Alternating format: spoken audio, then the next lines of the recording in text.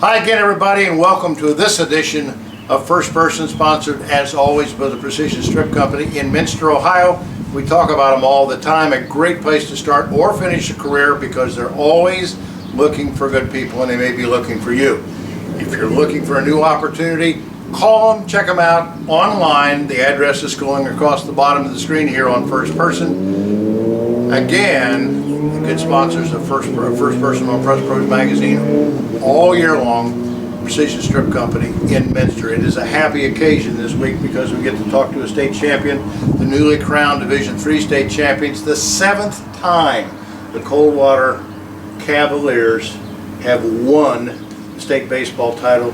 Your second, Brian Harlamert. Congratulations. Thank you very much. Put her there, brother. Good stuff. Good stuff. Great stuff. Great stuff. First thing I want to ask you is, you and I have been to Columbus forever. Tell me a little bit about what you thought about the tournament in Akron.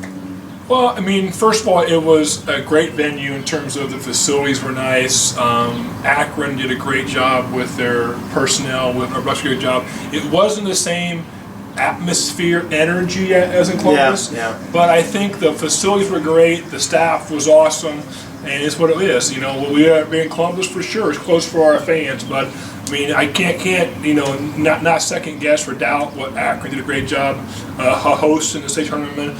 We do next year too. So unfortunately, we're going back there again next year, as all of our baseball teams are. But they did a great job hosting us this year.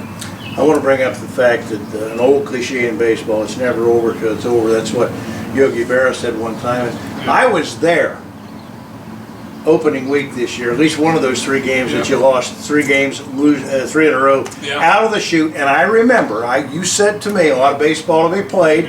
You guys just made a deep run in basketball in a regional tournament. You didn't have all your shoes on yet, and yet you turned it around, and what a season. I'm sure this is pretty sweet for you. It's very sweet, and I probably told you, a lot of people, I said, you know, if we could lose 3 in a row game of the year, it's okay.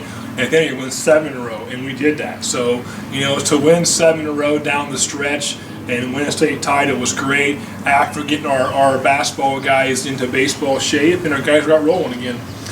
When did you know that you had a special team this year? I think we've talked about that in 14 when you made the run and won in Columbus at Huntington Park that day. When did you know you had the team this year? Well, I think I kind of had a feeling this year's group of 7 seniors were with last year's 7 seniors. You know, last year we had a great run, got a state final game and got beat. And I think those 7 last year's seniors told this year's group, hey, we're going to help you get back here to Akron. And those guys were all there at the end. You know, and they kept pushing our guys. And I know all of this. They sent a text or a phone call every week. Those 7 seniors, last year's seniors did to our this year's seniors, and motivate them. But I knew we had kids that wanted to play hard and work hard. You know, I always say you can't control wins and losses. You can prepare them to win, and we prepare our kids every single day to compete and hope win the day. And our guys just kind of bought into that philosophy last year, this year, and gave us a chance to win again. Harley, am I right when I say that the baseball title is the toughest of all the titles to win? Because I get ripped pretty good by football and basketball coaches when I say that, but you only need 1 quarterback to win, right? Yeah. You need 2 pretty good starting pitchers like a Frilling and a Jacob Winning, yes sir, and we had 2 to do what you did. Yeah, I mean, you're right. I mean, I've been watching a lot of basketball games over the year and football games, and you cannot design a chance to get runs. Football you can, basketball you can. You know, we had 7 seniors. Our catcher, 3-year star, Ross Reithman, just a great behind the plate. Our 2 pitchers, Cole and Jake, were phenomenal all year long, on the mound, on defense, hitting. But they brought their A game, and I kept telling them, you can be a bulldog. And Jake became a bulldog about through the season. You know, great talent, and had a great 3 years here, but couldn't quite get him to be that bulldog on the mound. And he finally figured out he had to be that for us to get that far. We had Cole from last year. We had to find someone else to help Cole. And Cole and Jake were a great 1-2 punch. He's got great teeth too. Good dental care at home. Yeah, he sure does. I mean, Dr. Lenny. That's a plug. Dr. Lenny and Becca too did a great job. That's a plug. We just talked before I pushed the button here about how miserable the spring was and how tough the weather has been. And I have been on a crusade for years, and I make no apologies about it. I think I upset some people when I say it is time that we adjust our thinking. If climate change is really here, and we have to make changes in other respects, why not move the baseball season back to give baseball and softball, and for that matter any spring sport kid, participant, the same competitive advantage that we give basketball and football. Now, you're one of the most respected high school baseball coaches now in the state of Ohio. And I hear a lot of guys say, if I could, I'd like to jump on board with that. Let me ask you, would you support playing baseball from mid-April to mid-July to give kids, or the 1st of July, to give kids that kind of competitive advantage? Well, I think that's something that is out of our hands, but I think I would support it.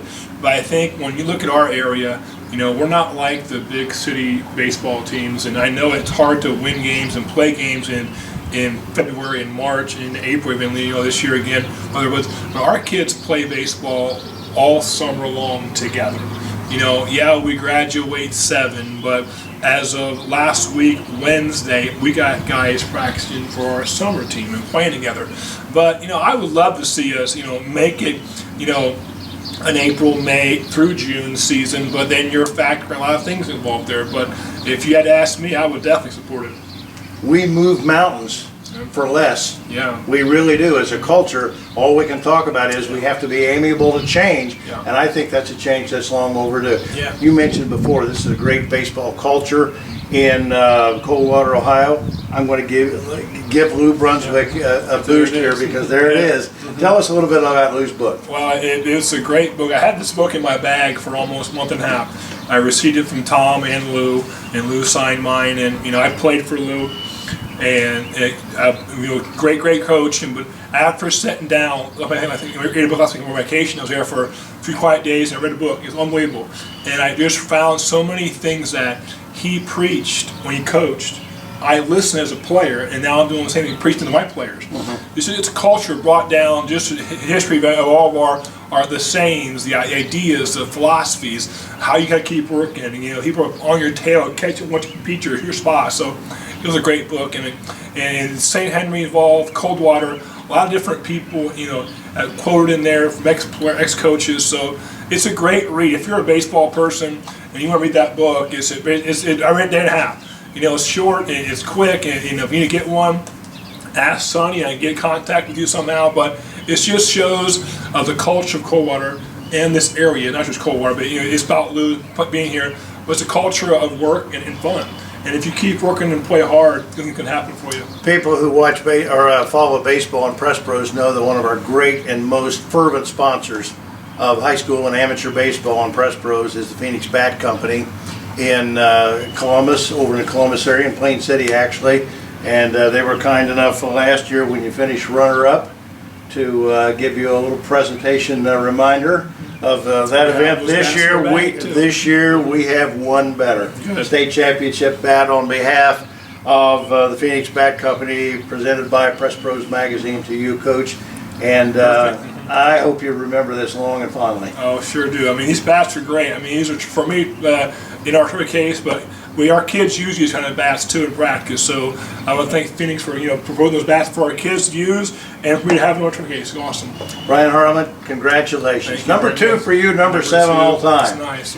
And Lou is responsible for what, 4 or 5 of those? Yes, 5 of them. Yeah. So I've been there 8 times in 22 years. So I plan on being there for a few more, and I think the talent keeps coming, and the competition around this area, not just Coldwater kids, but the kids around here want to play baseball. You covered, Craig Saman's tournament last weekend when it was. A lot of kids want to play baseball around here, so it's good for our town, for our community, for our area to support baseball. Thanks. Good place to play baseball. That wraps up this week's edition of First Person with Brian Harlamert, again sponsored by the Precision Strip Company in Minster, Ohio. Great place to work. Check them out. They may be looking for you. For Coach Harlamert and our sponsors, again, our appreciation for what you support, what we do every week on PressProsMagazine.com. We'll see you again next time with another edition. May not be a championship edition, but another edition of First Person.